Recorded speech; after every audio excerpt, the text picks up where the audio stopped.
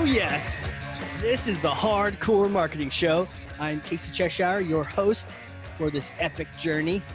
And today's show, sponsored by Cheshire Impact, on a mission to help people maximize their use of Pardot and Salesforce. CheshireImpact.com. Bam. And it's back. It is back. And he is back. Who is back? The man, the myth, the legend, the great and powerful. Well, can't say his name yet. I got to tell you about him. Entrepreneur, marketer, speaker, author. What? He's written books? Yes. More than one. Account-based marketing for dummies, which you probably already have. And his latest book, which has been out for a bit now. And if you don't have it, it's time to catch up. ABM is B2B. And one of the cool things about this book, you start flipping through it, you realize he's cutting through a lot of the chatter, a lot of the bullshit, honestly. And he really gets to the heart of the matter. Podcast host of Flip My Funnel podcast. Now people are going, okay, I think I know. You already knew from the book title. Co-founder and chief evangelist of Terminus, Sangram Vajre. Welcome, sir. Casey, man, happy to be here. Thank you, man. That's a great intro. It keeps getting longer. Every time, this is the second time you've been here. Every time you come back, it keeps getting longer and longer. By the time, the whole show will be eventually just your introduction. One day, maybe people would just say Sangram, and then that's it. You don't have to go through all of that stuff. Well, you kind of can say it now. Yeah, I think so. Well, that's because people can pronounce my last name, and that may be it. You're right. You know, I really had to study it last time. I remember you asked me. It's Vajre, right? Did I say it right? Did I get it? Okay. Right. Cool. Yeah. Cool. Well, hey man, this is really interesting because today's episode, the theme, I mean, you're a thought leader, you're here, but there's some things happening right now. There's some partnerships happening, like Terminus and Pardot are becoming BFFs. And so the concept of like ABM and marketing automation, they're coming together, and we're starting to see the full picture. I mean, it's not just this conference and that conference. It's like, it's the whole journey. All these things are happening. So I got to pass you this thing. You've held this before. Let me hand it to you again. Okay, here you go. Thor's hammer. You got it? I got it. There you go. Nice form there. You play tennis? Nice form. So take. Funny you said, because my crush, I got to show you this. I don't know if people can see it recording, but this is my son winning tennis championships. So I started to put his stuff around here. So tennis championships. Yeah, so it's pretty fun. He just, like yesterday we saw he is like number 3 in Georgia for tennis. And I'm like, oh my God, that's really cool. Well, I know how he keeps winning because his dad wields Thor's hammer like a tennis racket. So take that hammer, smash for me some kind of myth, bogus strategy, misconception, set the record straight once and for all. Awesome. All right, here you go. The hammer comes down. I think most companies don't have a demand problem. They actually have a pipeline problem.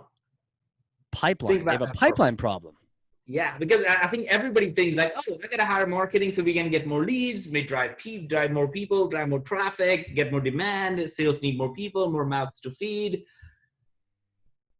We're creating an issue in marketing and sales that we're actually getting ourselves into, and then we can't get out of it because we're creating that. It's a self-fulfilling prophecy.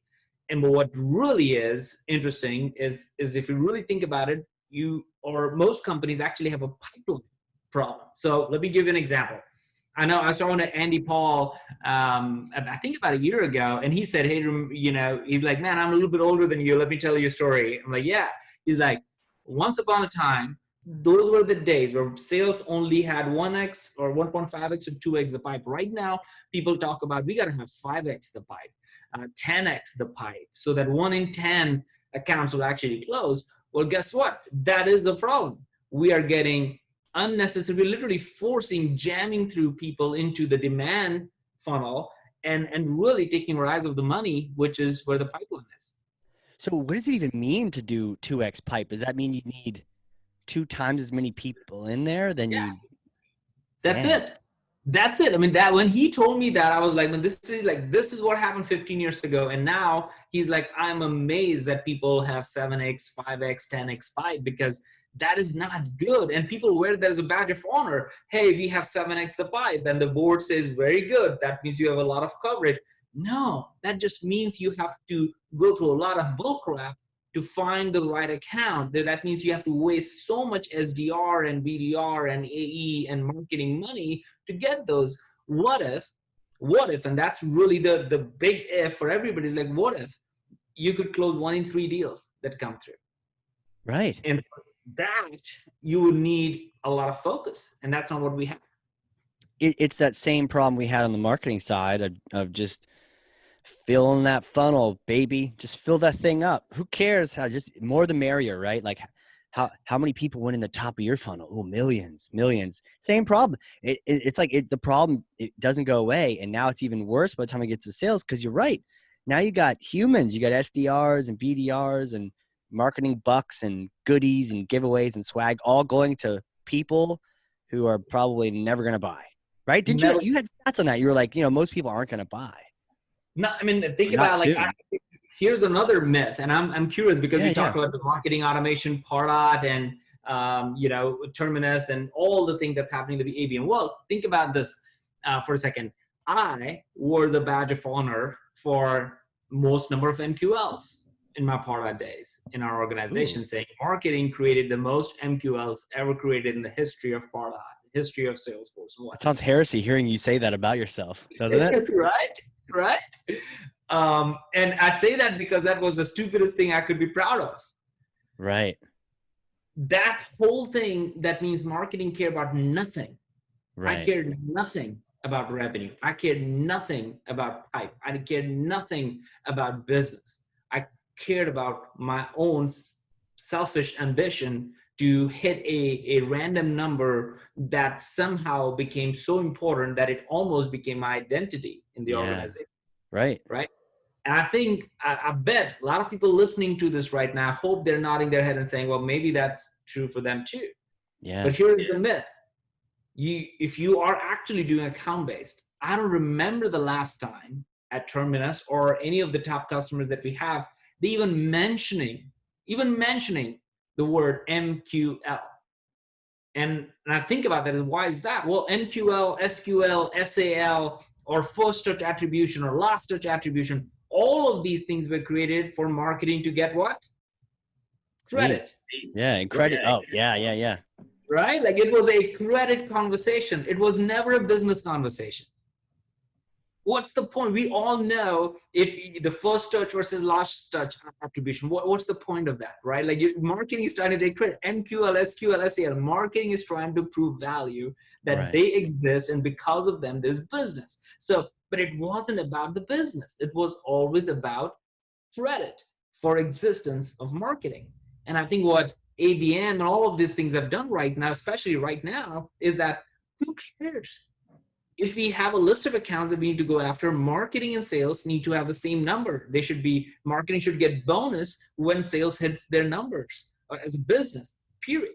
And I think I'm seeing that more often right now in organizations, and in the organizations that's happening, Casey, I'm seeing them getting rid of the standard, the whole point of MQL, SQL is like, if the account is important to you, you should be going after it. And if that comes to your website, you don't need to qualify it anymore. You should be working on that account. Why? You will only qualify if you don't know what the account is. But if you know the account and if you're going after it, you don't need to qualify. So those two things have completely changed the way I think about marketing today.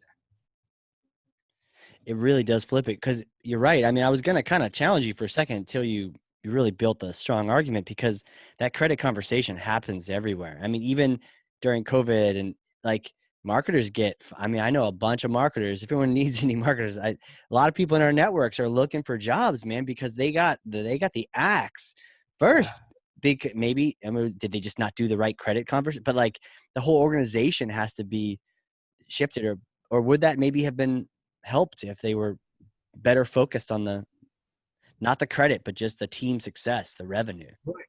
I mean, the thing is, I strongly believe right now, the strong are getting stronger and the weak are getting just cut off. I mean, just some of it is that. Some of I really do believe is that. Now, being very, very respectful to everybody who might be listening to this, not everybody is in that category, because there's always a gray area.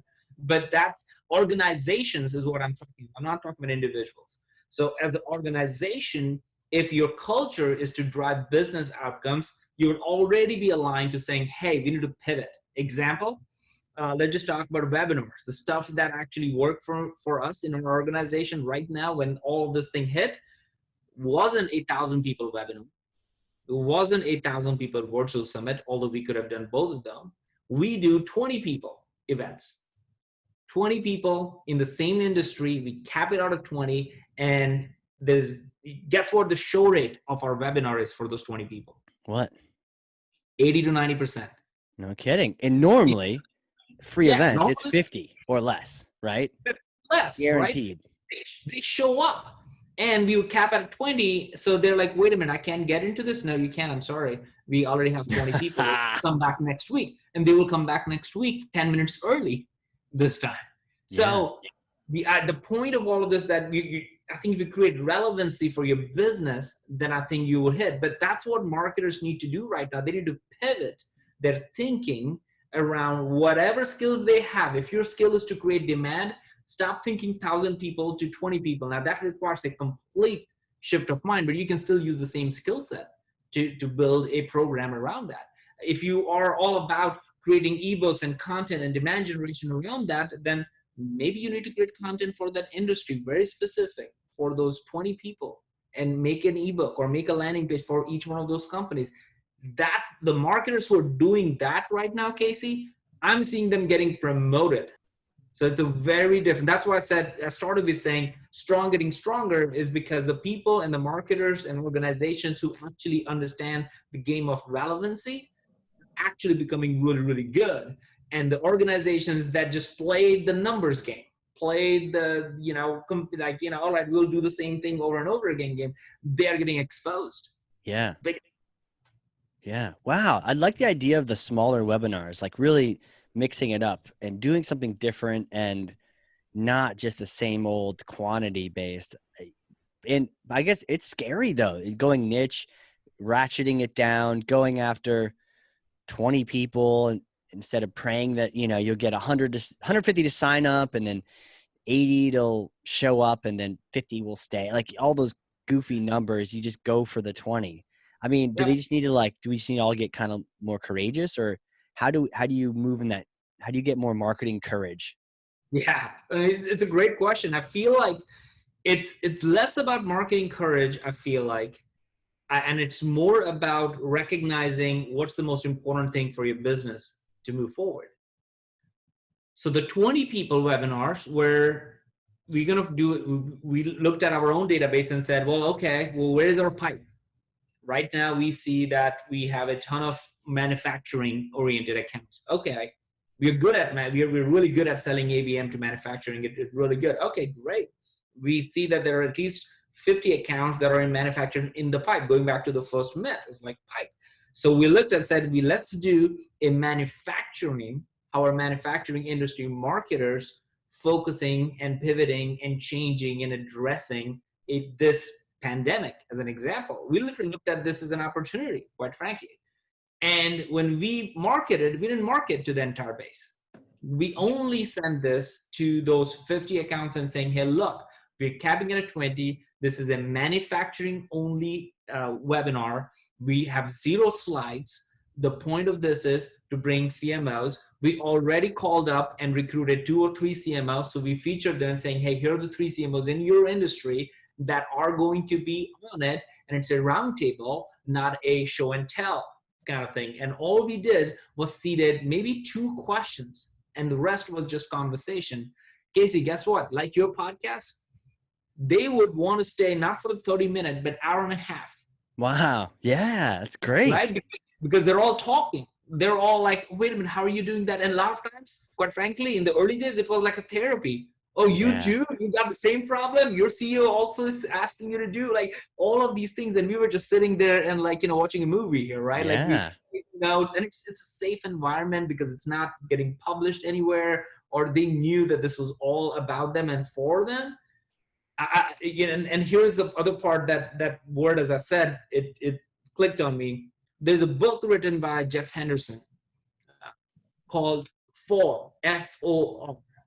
And his point is companies, the next generation companies, are going to be the companies that are not best in the world, but the companies that are going to be best for the world.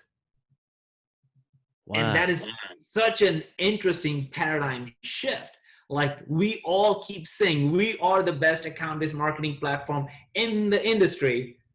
But guess what? Customers don't care about it, right? Like, that's why the idea of building community is such a big deal for us. Is like, we need to be for the community, for the industry. So that's one of, I'm going to bring Jeff in our P community to just Yeah. talk about this, because it completely shifts, and he gives examples after examples after examples. Like, you don't need to be the company best in the world. Nobody really cares.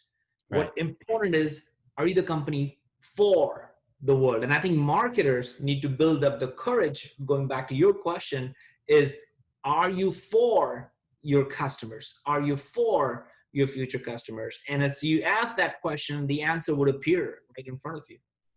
Right. And that's a good litmus test for your content, for your webinars, for any kind of marketing you're doing. Is this email for them, or is this all about me? You know, Yeah. is this my email? Does it even help them at all? Is this brochure to help them, or is this to help me? You know, it's a great question. That's I see it. And it looks like you got Maxwell to write a forward on that too, which is pretty sweet. Yeah, he actually was a good friend of mine. He is in Atlanta, so I know him Really? personally. And he is a pastor of a church over here called Gwinnett Church. He just left recently because the FOR movement that he built became so global that there are other churches and businesses trying to adopt this philosophy around FOR, which has been fascinating. But prior to that, he was a marketer at Chick-fil-A. Well, of course they understand what Nice. like, he gets what marketing is. Like, he worked with the Braves company, team and all that kind of stuff. So he gets the idea. But when he said that, I'm like, well, that's a game changer idea. Yeah. Yeah. How do you have you been able to build any of those things into Terminus, or I mean, how do you apply some of those things you're reading? Yeah, no, you're right, man. I think, and all of these sounds great ideas, and you're like, wait a minute, so what do I do with this, right? Right. Like, it's Yeah. like, Should I just give everyone the book and hope yeah. magic happens, or yeah. Yeah. So one thing, I don't know if we shared that in the last episode, but I feel like the number one or the best marketing strategy that I've ever ran, that I feel in the last 10 years of my marketing career, has been bringing a customer in the office. And Mm. that was the point. I mean, it's a one way, and there are so many different ways of showing that we are for you, is that, no, you are the hero today. We'll have a red carpet for them. We'll fly in the days we used to be able to fly in. We'll have dinner with the executive team, just with that one person or Wow. a couple of people from that company. Next morning, we'll do a product session with them, show them behind the scenes what's going on. Then we'll put them in front of the entire company, and then the company gets to ask them questions. They get to tell their story, not about Terminus, not about ABM, like that's part of later on, but it's like, who are they? Like, we want everybody in our company wanted them to know, in the operations department, in the finance department, to know, how does our customer look and feel, and what do they say. So we had this customer of the month in flesh program, that we brought in a customer every single month and went through the same exercise, and made, like, when they walked in the office, every single one of their the TV monitors had their face and their name and the welcome, and Really? who they are. It was just a full-on red carpet welcome from start to finish. Now we're doing that on Zoom, but that's a way of just thinking, applying this idea that, are we for customers? Who are we for? That's amazing. You know, my favorite always example of like a little ABM gift has always been this mason jar I got from Terminus many moons ago that had my logo, not yours, on the Yes. mason cup jar thing. It's like a mason jar with a handle, and it Yeah. had my logo on it in like decal. It was full of candy and chocolate and alcohol. And I was like, And yeah, I amazing. Like, remember. it's my logo. Like, I know you could mass produce your logo, but that you didn't make 500 of them with mine on it. You had to make individual ones. It just shows that you care. Just like this red carpet type stuff shows you care. Yeah, and I think those are the examples that people would talk about months, if not years, to come. And the Yeah. side benefit of that is something that I think most people don't recognize, because again, we go back to the demand problem, right? And Yeah. no, it's actually not that. It's like, imagine if everyone in your organization as a marketer, this is something that I think marketers don't really think about. Yeah. You have the access to the people you serve more than anybody else. And because of that, it is your responsibility, not just a privilege, it's a responsibility to make known to every person in your organization that who are we serving. And once you do that, I believe that people will run through walls to do things for their organization, because now they could see who and how it is impacting. So as an example, I remember Daniel Day. He was one of the first person we brought in the customer in the office program. And he shared in the very first one, he said, "You guys changed my life." Mm-hmm. I'm like, "Come on, Dan! Like, we can't change your life. Like, we build software. We don't save lives, right? Like, no." He's like, "You don't understand what you've done. Your organization, the movement, this whole thing around ABM, it has given me confidence to walk into my CMO or CEO's office and tell them directly that here's where money's coming from. Here's my impact on the business outcomes. Here's how many salespeople you should hire, because on these other accounts we're going to serve, because this is our total addressable market." He said, "I had none of those answers. I didn't even know how to talk about those things. But now I'm not afraid of my job." Right. And Right. even now, people in the company at Terminus would remember that and say, "We're building something for Daniel Day." Really? That changes everything. Yeah. It does change everything, man. Because I mean, I've had this conversation too before with people, especially if you're in one of those really obscure industries or whatnot. Marketing's fun. Like, we do marketing, ABM software. But to your point, some people might ask, like, well, we're not the Peace Corps, right? We're not over somewhere building a well for the pygmies. Like Yeah. that feels like a really tactile way of being like helping build a school for someone. So it's like, but Yeah. we're not doing that. But I think you just get beyond the fact that you're not serving some random brand, like, oh, we're serving this brand. No, it's like that person, to your point, the Daniels, the Susans, the Jeffs, whoever. Kathy's don't get enough credit. There's like Yeah. sitting there in the organization. You want her to get a promotion. She's going to spread that happiness all throughout her family. And you can make people's days.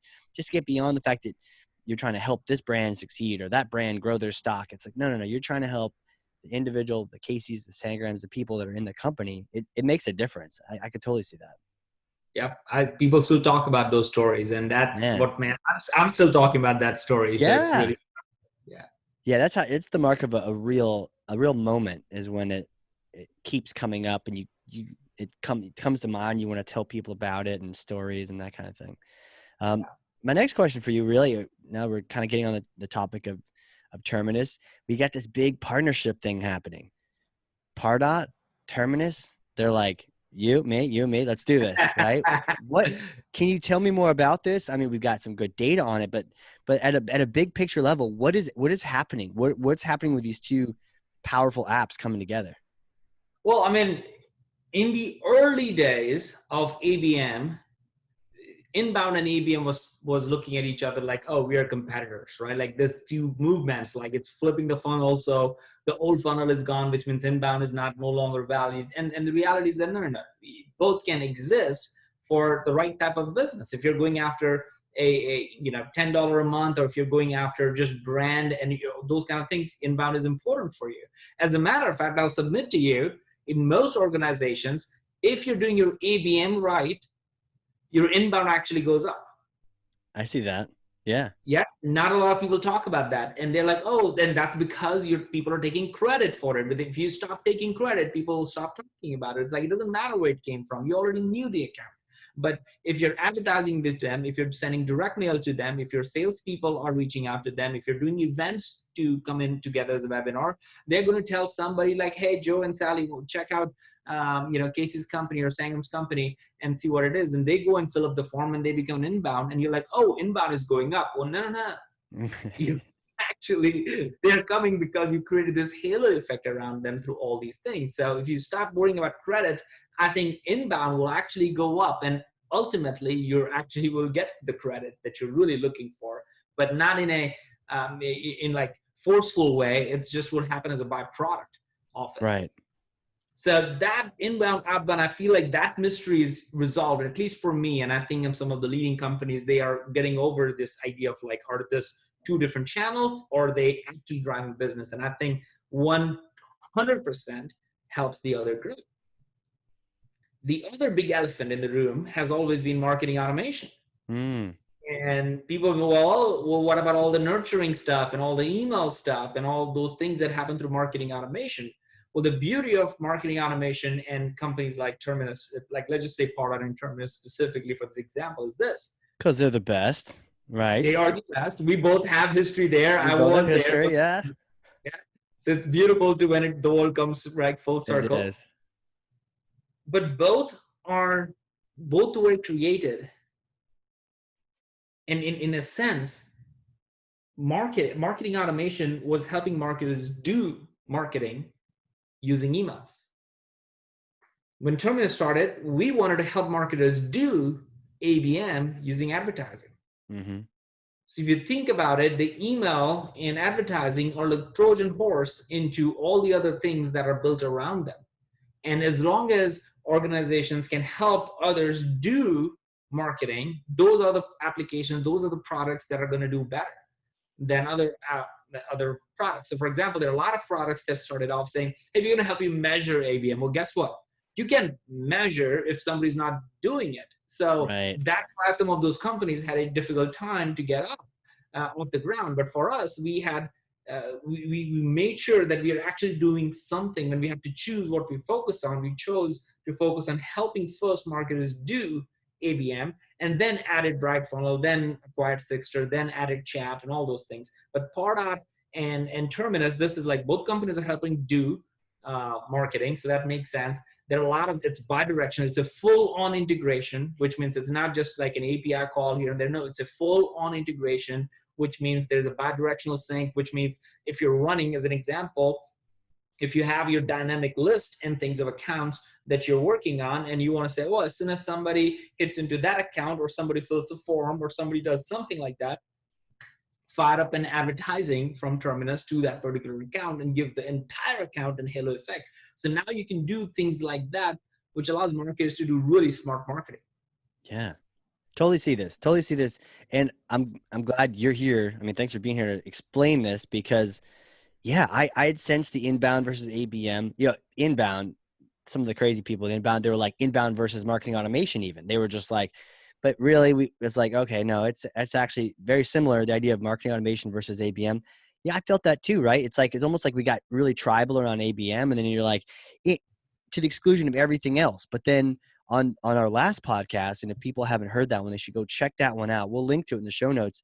But you caught me up on ABM, right? Because there was a lot of this BS, a lot of this chatter that they'd kind of taken it and run with it. And you're like, no, it's not. It's that there's tiers, there's prioritization levels, and one of them can be what you have been doing, right? Don't stop what you're doing, but what you're going to find is those other tiers where you've been focusing your efforts are just way more powerful. So I totally see what's happening and what you're explaining with how we're kind of they're at odds with each other. But what's crazy at the same time when they're selling marketing automation, at least from my experience, people are like, well, can I do ABM with this? And it's like, well, it doesn't prevent you from doing it, but it doesn't have the care and feeding perhaps. And it certainly can't do unless it's email, right? So to your point, you need a tool that can do and measure. Right. And so it does a great job. It kind of, they both have this sort of the backbone of either the email or the ads and then all the other features attached to it. And I want to get your take on the different features added to Terminus, but I totally see it. They're these like great things, but they're kind of missing.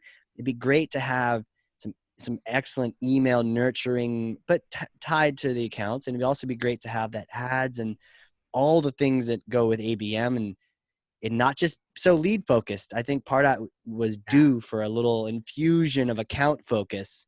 You know, they'd done some changes, but this is like a big change. So I see it, man. I see it happening. Yeah, this is massive for them and for us. But definitely the reason they leaned into this is because this was one of their top requests from their customer base. Yeah. Like, well, how do we add on to it? And if you really think about it, let's go back to the business part of it. That's what marketers should care about. When a marketer only gives a lead to a salesperson, they do a disservice to the salesperson and to their business, because we all know we close accounts. We don't close leads. Like there's not a single time ever in the history of marketing and sales that we all know in B2B. Nobody ever closed a lead. We always close an account. That's one of the reasons why salespeople title is account executive, not a lead executive to begin with, right? Yeah. So it's always been the case, but we as marketers, I as marketer, have made a conscious choice of ignoring that and just dropping a bunch of leads to them. And really what we should be doing is saying, going back to the pipeline problem, is like, okay, marketer or salesperson, Joe and Jill, you have these 10 accounts that we have some leads on it, but we know there are like 7 people maybe in the decision-making process, and we need to give you air cover now to all those 7, 8 people in that account so we can have a faster velocity on those deals. That's where the idea of Pardot and Terminus as an example comes together. And I will say this over and over again. My salespeople goes bananas when I say this. I said, you don't need Terminus to do ABM. Just like you probably don't need Pardot to do email marketing. But what you could do is these two combinations is for organizations, they want to scale their programs and make it more thoughtful and scalable, and have this automated nurture streams, not just for emails, but the entire account that needs to happen as opposed to physically going and doing it. So I feel it's for the next level of marketers, the next generation of marketers who are now, they get marketing automation, they get kind of ABM, but now they want to be the marketer 2.0 in their organizations. Yeah, man. It's exciting. Can you, because maybe just let's run down like start with Terminus and then hit all the different, because I know you guys have been acquiring different tools, and like not just like the standard ones, you're like, oh yeah, but like signature apps and this and that. Could you just kind of start and like kind of throw out some of the different features and what they do, just so we can get a sense for this whole suite that you've built around the concept of ABM? Oh, happy to, man. Happy to. That's and hopefully everybody, You got to remember all of them though, right? There's so many. So many of them, and I hope nobody feels like this is a pitch session for Terminus, but I think hopefully there's a lesson of how you think about growing. Yeah, no, it's big news though. It's a big thing going on right now. So one of the things we did was we started with how do we help marketers do marketing. We focused, we anchored on it, and we made sure that is really, really good. So we're really good at targeted advertising to the accounts people want. As we started doing that, clearly there was this question that we always get is like, okay, we're doing this advertising, but we're still measuring first touch and last touch attribution. Well, we're like, well, you should be measuring engagement in that account. And then, well, we don't know how to measure engagement in that account. That led to us acquiring BrightFunnel, which was almost the same number of years when Terminus, like they were like 6 years and Terminus was like 3 years into it. But somehow we were able to acquire BrightFunnel, and that became, and that's one of the reasons. Here's another thing. Every company we've acquired, this is really fascinating. So I don't want to miss. I'm glad it just hit me. Yeah. Every single company that we acquired were the companies whose products we use, and then we acquired. So it was a very natural progression because we saw that none of it. So BrightFunnel, we had it for a year before we said, you know what, this has the makings of a great account-based marketing analytics. Why build it when we can use this? It already have a customer base. They get it. Let's just flip. So we bought a BrightFunnel. Then we always had Sigster, which is the email signature thing. Yeah. That allowed us for a first-party cookie data. So just a quick one-on-one on that is that when you do advertising proactively, you're using third-party, which means we don't have the cookie. We don't know who these people are. We are relying on our partnership with NetProspect and DNB and LinkedIn and like 50+ ad exchange networks to get them. And the data is okay, but not the perfect, the best. With Sigster, because it is first-party cookie data, because anybody who clicks on the ad within those companies that you're sending emails to, our cookie pool just like quadrupled, like in magic. And it's first-party, which means we have full understanding and the quality of data is really good. We own the quality of data, that we're not relying on somebody to do a refresh every so often. Jeez. So that is like the stickiest product to like almost every customer wants it. Like it's great. And again, we use Sigster, so we knew the people, and it's phenomenal. And then, good people though. Really, I know some of the Sigster people. They're really good people. Yeah. That's another big thing. I'm glad you brought that up too. Like Justin Keller, who ran marketing over here, now runs Yeah. brand for Terminus. Yeah. He was on here. Yeah. He's fantastic. It's phenomenal. Like he's taking Terminus brand to the next level now. Almost kind of like, you think about what happened to Adam Blitzer at Salesforce. When he Totally. came in, Salesforce did not shove it in and like, oh, it's a small company guy, like we just acquired, put him in. He actually became like running Marketing Cloud and Sales Cloud Yeah. and I don't He's know what it. else is right? So Brad, who's the CEO of Sixter, is now our chief product officer. So it's Nice. really interesting and exciting to see how all of the infusion of the people have been. And then the last acquisition, which we did literally at the beginning, just a month into the pandemic, was Ramble Chat. Mm. Because we wanted to connect the experience from somebody seeing an ad out there, like imagine that, as you have a list of accounts, they're seeing the ad, then they click on the ad or they come to your website. So we have this personal experience on the website. But how Right. do you engage with them is now through a chat. And so when an account comes to your website, and if you have Terminus, you would actually not only run an ad to get them to your account, but your account is now recognized because you have all the history around it, first party, third party. So the chat is going to be very, very smart chat. He's going to literally say, hey, Casey from Cheshire Impact, thanks for stopping by, and here's the some stuff. It has all of the history. Plus now with part of integration, it's going to have even more richer history if you think Yeah. about that. So all of these acquisitions of Bright Funnel and then Sixter and Chat is allowing us to go back and build the next B2B marketing cloud as we think about it.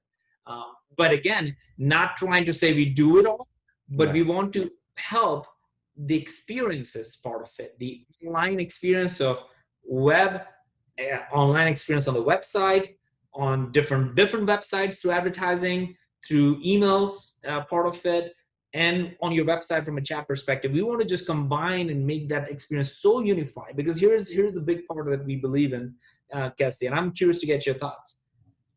I believe the next generation of companies, we believe the next generation of companies are going to be companies that create a really unified experience. Imagine if you have whatever the thing you got at that event from Amanda. I remember Amanda created that logo for you on She did. Yeah. that thing. It was Yeah. Amanda too. And Yeah. That's right. it was fantastic. I think it was for Serious Decisions event where I think she created it for. Imagine if you saw that, and then again the next day you go online, and now that picture of that particular thing is also in front of you anywhere Oh, you see from, right.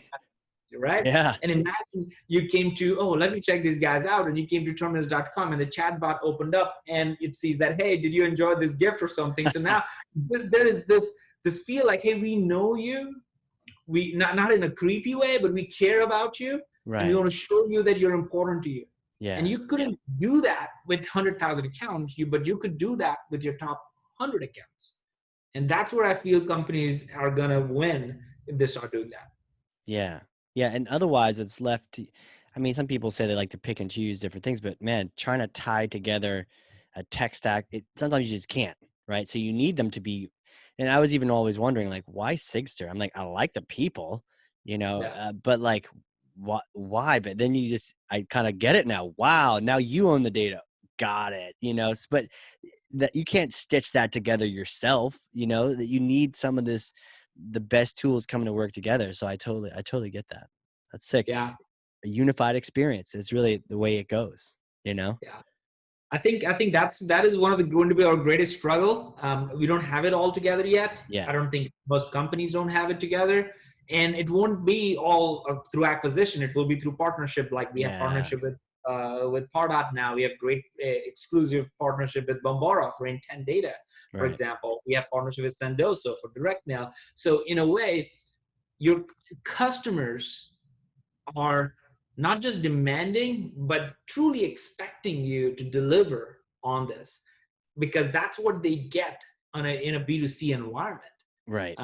So I think it's getting closer and closer. And I feel right now, every organization, it's a great opportunity to stand out.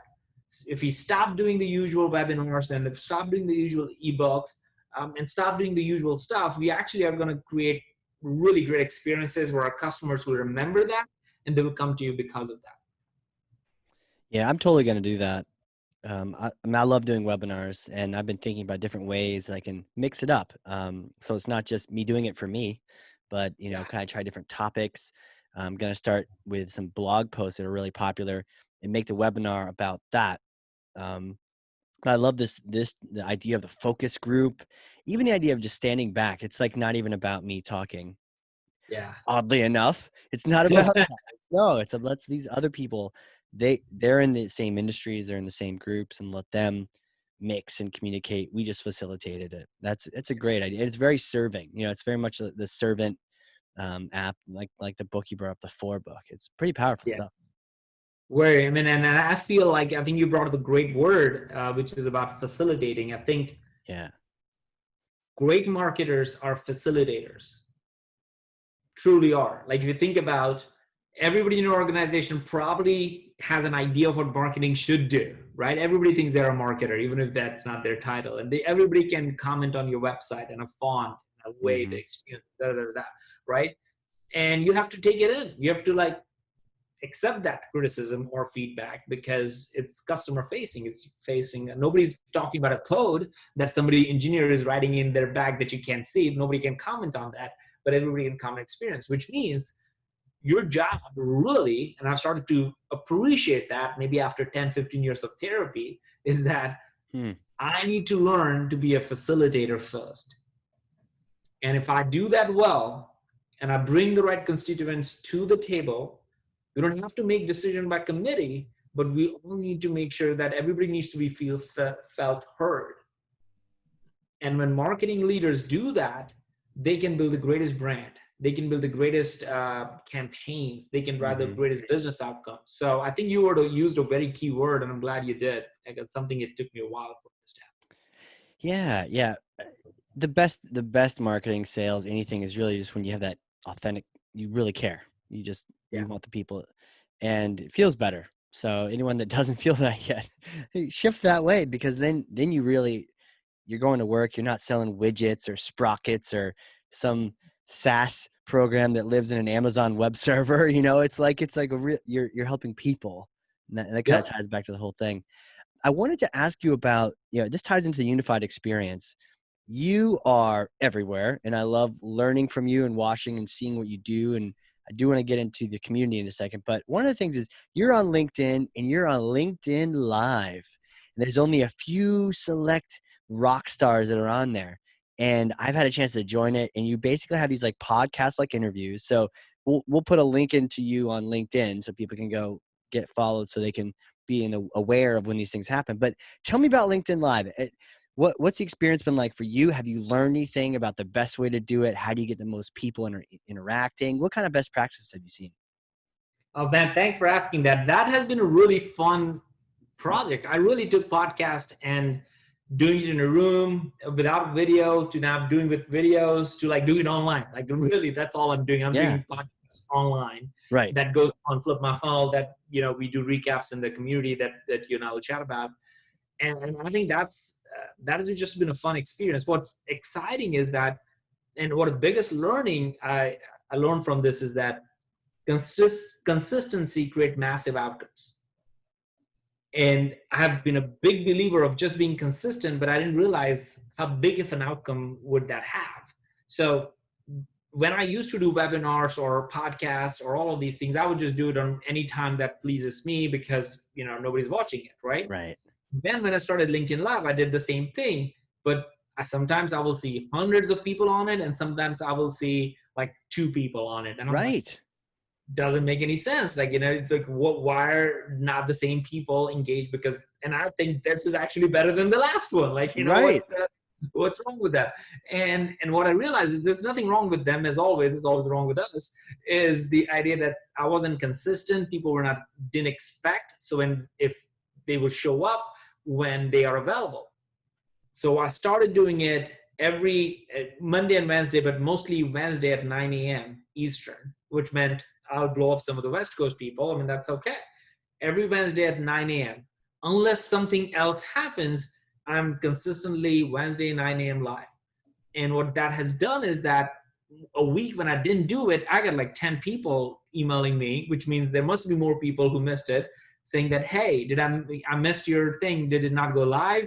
I'm like, I never committed to get live, but now I guess I need to, because people are waiting for it. And these were like CMOs and directors of marketing and leadership role people. So it was really interesting that they looked at this as something they put on their calendar. So all that to say is that I realized the value of consistency, that consistency truly creates massive outcomes. And that has given me more opportunities to speak and do other things because of that. Wow. Yeah. So such a good point around the consistency. I'm actually, right as you're doing, I'm making a little reminder for myself. 9 a.m. on Wednesday, right? That's what you said? Yeah. 9 a.m. on Wednesday. It just goes live at 9 a.m. no matter what happens. And then now people like in hundreds will show up for that time. And that allows for meaningful conversation. And because there are so many people, I'm starting to bring the community with me in that conversation. So it's not just about me, to your point earlier, about me asking questions. I'll have no more than 3 questions, literally, every time. Really? Just 3 questions. And that just because I want to keep things going. But the rest of the questions, I literally curate from the community. So it's been there. I've asked some great questions. No. So yeah, no, one of the things I was gonna say is that when I'm on there, I see some of the same people. I've met some people, not physically, but like I feel I've connected with them on LinkedIn. We've swapped messages back and forth, and it's like, hey, great quotes. And I think people have even been on this podcast because of connections I've made on there. Like, oh, hey, you get this person on there. Oh, okay, yeah, cool. It's just neat things happen with that community. And you're right. They're not coming for you. They kind of, some parts they are. I want to make you feel good, but they are. But like, if conversation with the community around it, 100%. If I were going live every Wednesday by myself, let's just say that is a hypothetical thing. Okay. Then in that case, I would say, yeah, maybe people are coming for me and my input. And yes, there's a byproduct is all the conversation, but you're absolutely right. I'm not going there and saying, hey, look how smart I am, and let me tell you what I think. I'm just not going. Books. My name's Sangram. Yeah. Like, I'm as curious as I possibly can be in those conversations, and I really do truly enjoy those conversations. But I also feel that I want to give respect to the people who showed up at that time and pull some of their questions in and give them like a full on, like, all right, here is Amber. Let's ask Amber's question. Or here is Casey. And I think what is that Amber Khan? Amber Khan, yeah. She's been on here. I talked to her. She's a monster. We talked about content repurposing, and she's like, from one piece of content, you can get like 30. I was like, no, you can't do that. I'm like, list them off. And I kept track. She got to 45. And I met her on your LinkedIn Live. There you go. And she's in the Peak community too. And she's going to do a Friday session soon on how to repurpose content, right? And just for the community. So these relationships, you're absolutely right. That's what my heart is at, is building communities ultimately, right? Totally. Because I'm a co-founder Terminus, and then, we'll see what happens next from here. Maybe do another company, maybe do another stuff. But the reality is relationships is what makes me feel like more accomplished in life than anything else. And that's a great segue, because it's like a live community. And then you've actually created you've created like a more, I don't know what you would call it, but like, it's like this persistent community on its own private chat and message boards, the Peak community. Maybe talk a little bit about that and where the brainchild from that came from. Where did the idea come from for that? Well, like Flip My Funnel, for example, there are over 100,000 people in that community. That's when we started something, right? Like, so it's a massive community that got built over 5 years through podcasts, through the conference where about 1,500 to 3,000 people show up. To the mini events that we did for the last 5 years. So there's 100,000 people plus community. But I felt that there wasn't enough intimacy in that community in order for conversations to happen and spotlight people and identify and just have a more nurturing community. It felt more one way. It felt, okay, sure. I was driving the conversation in that community, and I felt like there's more to it than me, like 100%, right? So the genesis of when you go to like Peak Community, for example, you won't even see my face on that page anywhere. If you go to keep creating, because it's not that I really didn't want it to be about me. I wanted it for marketers to get 1% better. That's the genesis of it. That means they have to put in the time to be part of it. Now, Yeah. I happen to be, so you won't see my name, you won't see, anything about me at all. So I want this community truly owned by, run by the community. I just happen to be one of the guides for the community to pull the right people in and engage people in. But it started. So the brainchild of that was, how do I create a little bit more intimate community? Because to me, it's not about just building another community. And two, I wanted more serious people who really truly wanted to get 1% better, not just be on an email list. So that's why I started charging. I was like, all right, $10 a month.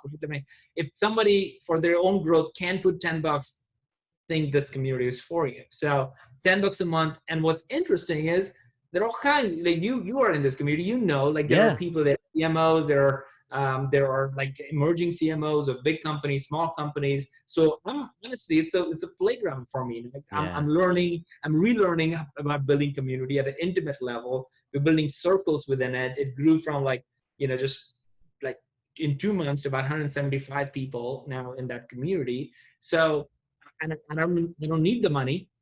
That's not what I'm doing it for. I Right. want to build a truly authentic community. It's interesting because there's another guy that has a community and he named it after himself.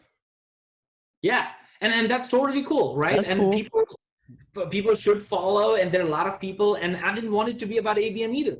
That Right. was Yeah, another you could have thing. named it ABM. You could have named it Sangram's Playground. I still would have joined if you called it that. But yeah, you could have named it anything. But it was very telling that you made it about everyone. And I think part of the things in there was like, if you could just get 1% better today. Well, what could you do? And then technically, if you get better for 365 days at 1%, that's additive. That'll Yeah, now you're 365% better than you were last year. It's incredible. Just the idea of a small fraction percent. But that's very cool that you created that and you made it about who's it for, right. not Yeah, necessarily you. literally, it was. I mean, it was something like, even though I'm inviting people in it, and then another thing is like it's invite only. So even though the community page is there, like not nobody has joined yet. I'm not saying, hey, join this community. Is like send me a DM, and I'm not invited some people because I didn't think they were right. I'm not invited, for example, salespeople. Nothing against them, but I didn't want to mix the sales and marketing communities. I really truly want to build a one of a kind, intimate marketing and for marketers community where we really get to geek out on some of these things. And then what I could do, which is what I've started to do, is like I'm just polling. People said, hey, branding is something people want to learn more about. So guess what? I got David Breyer to come in and do a Zoom session and pick companies and say, well, talk about that company. Do they have the right brand? And literally do stuff like that. I can bring Seth Yeah. Godin and do something with it. We can bring in Kim Scott, do something with it. So not only, again, it's not about what I want out of it. It's like, well, what does the community want out of it? How else can they get better? 1%. So my goal with Peak Community is really to see, one, it's a playground, so I'm learning, relearning how to Yep. build a community, and I figured out how to create it, keep it intimate. So even if this community grows, how do we create the right groups in this community that will allow people to truly keep growing and not get inundated with a ton of stuff? Yeah. Yeah. Some of the things on there, I'm a fan, right? So Happy there's to a hear that. 1% a day one. There's how to become a CMO, which I think is a topic that I like a lot. Obviously ABM, book of the month, job posts, tips and tricks, data and measurement, it's just good stuff to, again, geek out. It's like you're just like you created a small webinar with 20 people. Now you've made it's a bigger community, but that's cool because we can flourish. And that way at any given time, I'm looking down here and I see a bunch of green dots next to people. So there are people online at any given time, which is cool because that makes it feel like it's actually alive. It's not, the old school LinkedIn group where you're like, please come to my group. And then like people weren't even there. And this just feels like very much more interactive and engaging. Yeah, and if you, I mean, and I appreciate you saying that. And one of the, that was another big reason is like I didn't do it on Facebook, I didn't do it on Slack, which were the obvious two choices. I did it Yeah. on this completely different network that has an app of its own because I really wanted people to get away from Yeah. all the noise and all the things. When they're here, I want them to be here, and if they're not here, I don't want them to be here. I want them to do whatever else they're doing right now. So there was some intentionality around that too. That's a good point. I was going to complain just now about not being on Slack because I could just, I got it all figured out. This is the generation of Slack. I click, click, click. I can go from one group to another. But you're right. If I'm in that mode, I might click away to do something else. Like you have to have this thing open. And yeah, you have to. So, but the app is there on the phone, so you can do it on the app, obviously. Yep. And what I've seen in the data of it, because this app actually gives you a lot of analytics, is I've seen 90% of the people in this community are engaged, which means they're spending more than 20, 25 minutes a week in this community, either sharing something or commenting on something or posting something or watching something. So to me, that's the point of the community. Like, I don't want to build a 1,000 people community with 20 people or 200 people, like those like dried up groups there in the world where there are 500,000 people in that group, and you have the same 5 salespeople putting their next webinar that's coming up. That's not what this is about. So it's it's a learning thing. It's just been 3-4 months, but I'm hoping I can combine the learning of building a community and go broader than ABM, but still narrow in the marketing world about helping marketers get 1% better. And then with all the relationships that I have out there with people like Seth or Daniel Pink or Kim or whatever, I can bring in and actually not just do a live, but do an in-person event for a few where they would take it seriously and have a dramatic impact on their business. Right. Man, you're I feel like you're also you're like a connector, you're like connecting people but you've interviewed some of the most amazing people on your podcast and in the community. I was gonna say your community, but I'm in it now. So in our community, right? Yeah. What's it like talking to Seth Godin, for instance? What's that like? I think he's another person. Is he just another person? Because he's branded like a marketing god, right? So yeah, and honestly, it's so interesting. Like a lot of these people are feel in many ways. I used to feel like, man, they're like you can't even touch them, or you can't even get close to them. The reality is that's not true. I literally, just an example, I pinged Seth a few times. I've kept him updated of the community. I wanted to come in and speak at one of the conferences. For some reason, it didn't happen. But he will respond every time, every single time, which was so interesting to me. And that's something I learned from that is like, never get too big where you won't respond to people that reach out to you. And I asked him, like, so when I hopped on a call with him, just talk about a few things, I'm like, okay, so who's your agent? He's like, I don't have an agent. Okay, so like for an event, but like a booking agent for an event. Yeah, booking agent. Yeah, you have one? No, I mean, like I don't. But it's like funny. You think about like Seth Godin doesn't have an agent. Yeah, and he's like, no, I don't have an agent. I select the people I want to work with, and I just go work with them, and done. So it's like you start thinking about like, well, you must be getting a ton of inquiries, right? Like, and you must be like, so are you spending all this time like so it's interesting, but he's just another person who actually, if you think about it, I asked him this question too. Is like, so I don't see you doing like, a bunch of lives or a bunch of podcasts or a bunch of this, that, and the other. He's been only doing one thing, which is one email every single day, right? You think about Simon Sinek, where it was like one thing every single day. And he said, it was really, really, really inspiring. He's like, look, yes, I could do a whole bunch of things and I probably would have a whole much more reach, but it will take me away from the most important thing that I'm good at, which is my ability to think without distractions and not letting the world change my view. It's my view. So it's like, I do not even go back and look at comments. I do not even go back and look at reviews. I do not even go back, because he's like, I don't care, which is really fascinating to me. It's like, these are my things. Some are going to like, some are not going to like. These are my thoughts.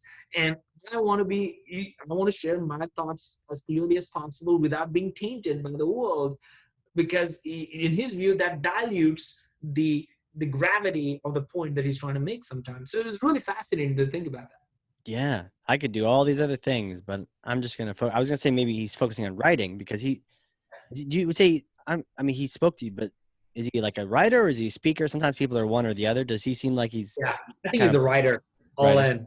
in. He's a writer. If you think about even like Patrick Lencioni, I don't know Yeah, if you've read his books and yeah, stuff. yeah. Like, but Pat is like really, again, he wrote The Five Dysfunctions of a Team, Yeah, really well known crazy book. Yeah, author, but he was a screenwriter.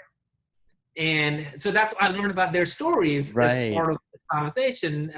We didn't record it in the podcast, but before the podcast, just trying to get to know him. And he was a screenwriter. So every book is like a screenplay of Wow. fictitious fable style characters. That's what all of his books are, fables. And so you won't find another business book like that, because his book is about three people trying to work through a problem in a business setting in which you can start identifying with. So it's a whole full-on fable. And then the second part of the book is actually the book style book, which is, here's the framework and here's how you think about it and here are the questions you ask and that kind of stuff. And I'm like, why do you not write that way? And he's like, well, I'm a screenwriter.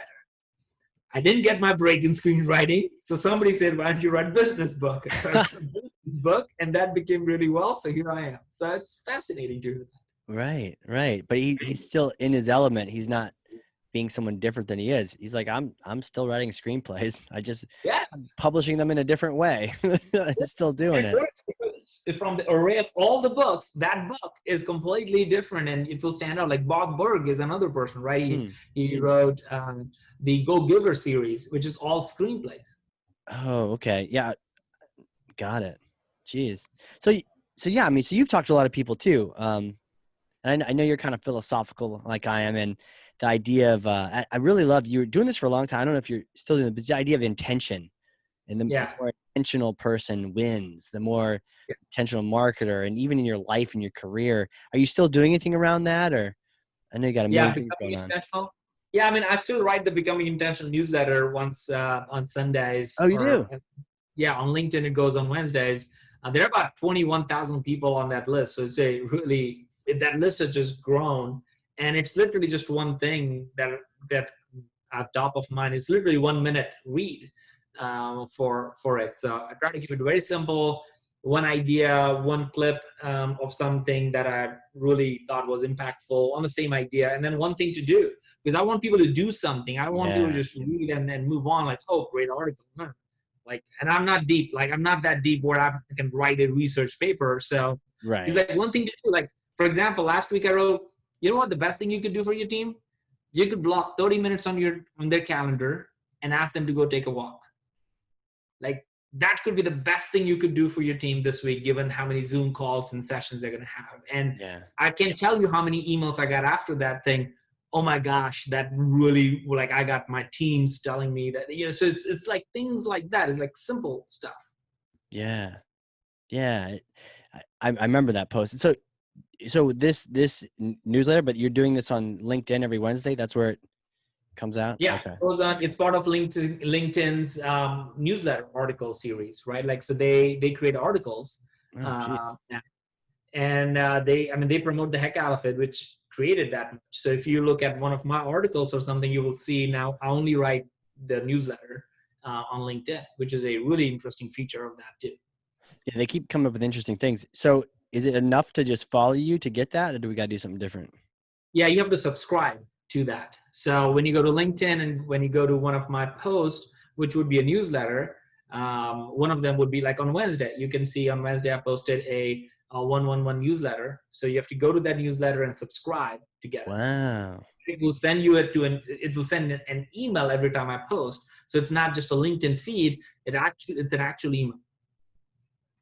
An actual. Okay. Cool. Yeah. All these things. Man, I love learning. I love Yeah. these conversations. There's so many different things that are changing. And I sat on a call with my team today where we're talking about some technical stuff with Pardot. It has come a long way, my friend, since when we were both working on it. What, 5 years ago, 6 years ago, maybe? Yeah. That like even the email template wizards and email template locked class. There's all sorts of, you can lock sections in the template, but now there's Yeah. different kinds of locks. So you can only change an image, or you can change text and image, or you can change nothing, or all sorts of, or change HTML. There's all these complexities that keep getting added to these different tools. It's crazy. Yeah. I don't know how you keep track of even your own, right? There's just all these powerful tools that keep getting punched in and punched in. It's crazy. Well, I mean, thankfully, in my role, I'm not keeping up with those things. But Right. what's interesting about all of it is like when I think about the event, like the LinkedIn Live, like I'm using Yeah. Eventable for people. So like 900 people who sign up to get my events update, or the Hmm. peak community. There are like so many people already there. They are not part of that update. So I think there are like small tools here and there starting to make your job easier. So I think again, I feel like if people listening to this as a marketer, it's probably the best time to be a marketer right now than ever before. So like take advantage of it. Yeah, it really is a powerful position. It crosses all the boundaries, for better or worse. We get our hands in everything, man. It's crazy. It's so crazy. Hey, how have you been, man? It's been COVID time. You got your family. I love your room with your bookshelf. How's the fam? How things going? The family's good, man. We put a zip line in the backyard for the kids, so people Really? do. How A lot of, is it long, and how fast does it go? uh, well, not too fast. Not too crazy, We right? are not too crazy, but we are blessed with it's a sizable backyard, and there are Sure. really like trees that are 100 feet Okay. apart that we're able to kind of, it's kind of a slope, so it's kind of goes fast as you go. Wow. So it's been fun with COVID and everything. It was like the neighborhood kind of place to be during that time, because one, everybody just wipe their hands and just go Zoom, jump, and then go back and stand in the line. So it was kind of fun. So we did that. For a month, we had inflatable pool part like stuff for the kids because the swimming pool was off. And then now with the tennis, right? That's why Krish and I got into tennis a lot more. He more than I do. So all these things that I think made us realize that one, you actually can have a true family time without and do all these things without it being a distraction to the work that you want to do. It has obviously opened up that you can work truly from anywhere if you truly choose to. So I think it's been really good from a long-term perspective, but in the short term, obviously it sucks. Yeah. And I don't know about you. You probably had twice as many um, flights on Delta, right? I was looking at my app and I had like 8 planned out, things in the year. I think first part of the year is just cranking, and then it's like, nope, they all got canceled. Yeah. But the But you said downside, to me that your business is doing better yep, and stuff, it's true. which is actually what the strong getting stronger. Like I think when you Right. have the fundamentals right, I think you're better. There's definitely a bright side to all that. And you know what? That would have been 8 trips where I'm not with my kids, not seeing my Yeah. family, and as much fun and adventure as these places. And I do miss the fact I couldn't go to Colorado, but some of these other states, maybe they're just trips. And so I've definitely, it took me a couple months to come around to it and be like, okay, stop mourning the Yeah. loss of all your adventures and actually enjoy the fact that you could, like, now I block it off. So, when I'm done work, I bounce out before dinner and I've got family time, and it's cool to do that. And they're probably seeing me more than they would have seen me, because I would have just come home, not at the office, come home, dinner at 6, and we had a little family time in bed, right? Whereas now it's like they see me a lot more, which is cool. Yeah. And they're going to remember this time forever. You and I are going to remember a decade from now. We're all going to be talking about where were you in 2020 and what did you do, right? Like Right. some kids will be graduated for a lot of us by then. So it's going to be a fun thing to think and fun memories to actually look back on. For sure. I also wonder about the college students though. That's a tougher one. Like, oh man, like that, they're really in the middle of a Yeah. transition time.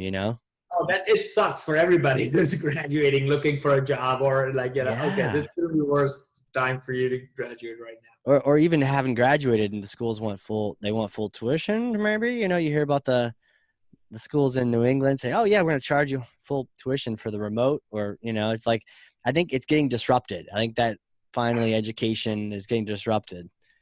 Yeah, I think everything I'm hearing about it feels like people are learning that the value of education is really high, but it could be obtained at the cheaper price than what people probably thought about.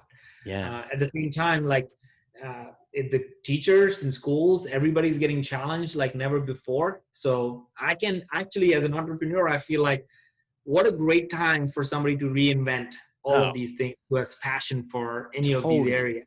Like like it's an open game. Like there's all rules, all bets, all guardrails, everything is off, and you can really reimagine. So the question I feel like we're asking in our organization as well, and I've heard others starting to think about is like, no, let's not talk about how are we going to do things when we're back. Let's just talk about how are we going to restart something. Mm-hmm. Like what will be the new beginning look like? Not renewing something old, like completely the new beginning of your business, of your family life, of your school, of your community. What is the new way of doing things, the new thing to do, as opposed to saying, well, how when we get back to the same old thing, like, it's time to completely reframe, rethink about it. Yeah. And it's kind of interesting that it's at the start of a decade. And if it hadn't been for something like this, we may have just rolled right into it. And then Yeah. 10 years later, the decade's going to the next decade. But this has kind of made us pause a little bit to say, oh, okay, okay, what is really important right here? What do I want to do with the next several years? And when I do finally get more freedom to move around, either flying or just being in restaurants, what am I going to appreciate now that what I didn't have for a little bit? Yeah. Yeah.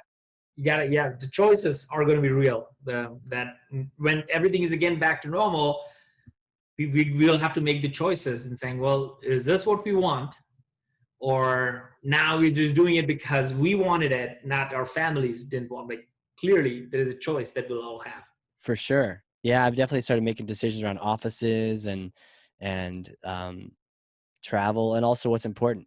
For me, it's been like hiking lately. I'm just like, I Yeah. started going hiking now, like every week, climb a peak, peak community. Every week, it's like one of those there's 48 mountains in New Hampshire that are above 4,000 feet, and so Wow. every Tuesday or sometime during the week, I'm tackling one of them in the morning, like getting up super early, just tackling one, and just yeah. How long does it take for you to go up and down, and come back? It depends. Like this past one it was a little easier one. It's like 9 miles, Yeah. and it was two. It was a twofer. So I got two out of that list. I'm up to 14 now, but Wow. it's cool. But what's neat is there's some groups on Facebook where they talk about, hey, I'm doing this mountain, or what do you guys think about this one? And I used to like not know what they were talking about. I'm like, oh, cool, Yeah. whatever. But now that I've been there, I'm like, oh yeah, ooh, that's a tough one. That'll be a tough one for you. This is what I did, and it kind of Uh, just you learn a bit more, and it kicks my butt, and I'm just having a good time. yeah, I know. You know what? You're also connecting the dots for maybe some people. Definitely for me, is that when there was this difference between your work and at home, and now things are blending, I feel what we are probably missing more than ever, which seems like you're capitalizing on now, is the alone time, the the time to think, uh, not go back to back, time to decompress, Yeah, time to just shift whatever you were doing to back. Like right now, I'm doing this, and a minute later, but as soon as we're done, I'm looking at my kids, right? Like it's like literally like yeah, that. There's no like going from this to like decompressing, thinking through, okay, calming down, and then getting to. There's nothing like that. It's like this to like this and overlapping. So I feel like the stuff like what you're talking about, to have this like maybe 2 hours of or 4 hours of this time where you're like just going, it yeah. actually is probably really good for your mental and physical health. It's a good point, man.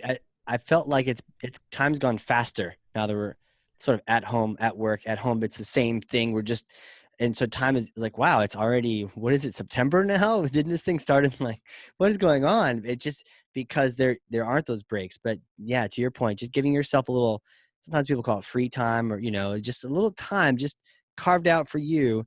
Especially when the weekends aren't the weekends for a lot of parents out there. The weekends are, usually the week was the weekend, but like you got the kids at home, especially like my wife and other parents out there that are like constantly, and then they got school coming up. They just need a little time to themselves. Yeah, makes sense. Killer, man. Well, hey, this is fun, dude. Hey, throw out some links. If people don't already know, they're not already connected to you, where can they find you? Where do you want them to go? Well, I mean, folks can. Well, here's what I would love for people to do: not just connect with me, but send me a note on LinkedIn saying what is the one thing that stuck out for you. If not, like those are meaningless connections if you just want to connect. But like, Yeah. if this was actually valuable, if whatever Casey and I did actually, so you know what, I started thinking about the 20 people webinar, or I started thinking about the hikes. Then I need to start having some alone time. Or maybe I started thinking about how do I talk about work on my pipeline problem, not just demand problem, right? Maybe so. Any of the conversations we just had, was there anything that just like hit you? Mm. I'd love to know. I'm sure Casey would love to know. And I think that'd be a great way to connect on LinkedIn. And if you're interested in Peak Community, just DM me. And as I said, I don't let everybody in that community to keep that community the right kind of people in there. But if you really want to grow 1% better, DM me, and we'll see if we can go from there. Yeah, 1% every day, man. That's the way to do it. And it's peak.community, right? Is the way to find that? Or should they message you? But yeah, well, they can message me rather, Okay. because you can't even go, if you go to peak.community, it won't pull up. It's actually www.peak.community, Oh, because it's not .com. It goes to peak.community.com, which is not where we are. So gotcha. in all, it actually works in my favor, because I don't want a whole bunch of people in that community. I want the right people in that Right. community. If you want in, either DM Casey. You can I trust you, and I'll that's hook what you up. we the Yeah, totally. community. Yep, you can invite them, Casey, people who know you personally, or if you want to hit me up, then hit me up, and then I'll invite you. But it is an invite-only community. It's not for any and everybody. Right. Not like the other community out there. Oh man, this has been so good. Dude, it's been great catching up with you. Thank you for your time. I know you're a busy dude, talking to the likes of Seth Godin's all day long, coming in I here, schooling hope us. I never become too busy in a relationship that you and I have. So you're Agreed. always there. Agreed, man. And for those people listening, if you learned something, and I know you did because you're about to send Sangram a note saying what you learned, but also consider putting a note on LinkedIn, little post, what you learned. And I know you learned something because I've got 2 pages of notes from this little casual conversation over here. And so put what you learned on there, tag Sangram, tag myself, start a little conversation. That is thought leadership. And that can be you. It doesn't need all the branding and the hoopla. Just go ahead and do something, share something you learned, and that's it. So, dude, brother, thanks again for being on here. It's been awesome. Yes, Casey, I love every time we spend time together. Thank you so much. Every day. Let's do it every day. maybe every quarter. We'll see. Maybe too much, but it's Yeah, okay. right. Not to kick it too much of Casey. I get overwhelming. But thanks, man. And for those people listening, this has been the Hardcore Marketing Show. We will catch you all next time.